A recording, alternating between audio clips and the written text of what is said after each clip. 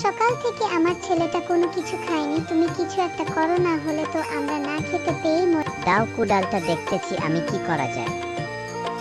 মা আমাকে অনেক ক্ষুধা লাগছে, কিছু খাইতে দাও। তোর বাবা বাজারে গেল, কিছু আনতে আনলে রান্না করে দিব, তখন খাস। বাবা একটুখানি ধৈর্য ধর।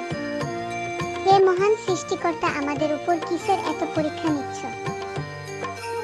আহা, আজ একটু বেশি কাঠ কেটে আনতে হবে, না হলে ঘরে চাল ডাল কিছুই হবে না, আমার ছেলেটাও না খেয়ে আছে।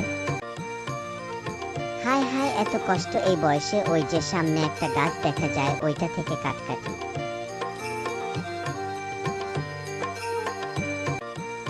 আহারে, এই কাঠগুলো কত ভারী, তবুও তো বাজারে নিতে হবে।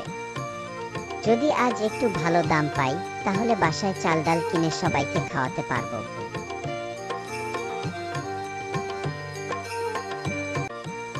আলহামদুলিল্লাহ, আজ সব কাঠি বিক্রি হলো।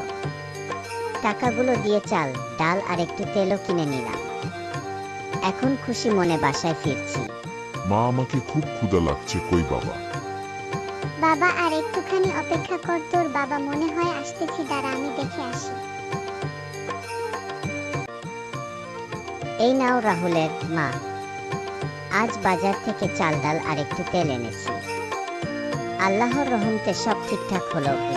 আলহামদুলিল্লাহ, তুমি সব কিছু এনেছো, এবার যাও, তোমার ছেলের কাছে আমি রান্না করে নিয়ে যাচ্ছি। আমার ছেলেটা না খেয়ে আছে, আমি তাড়াতাড়ি রান্না করি। বাহ, রান্নার অনেক সুগন্ধ বের হচ্ছে, আমার ছেলে আজকে খেয়ে অনেক মজা পাবে।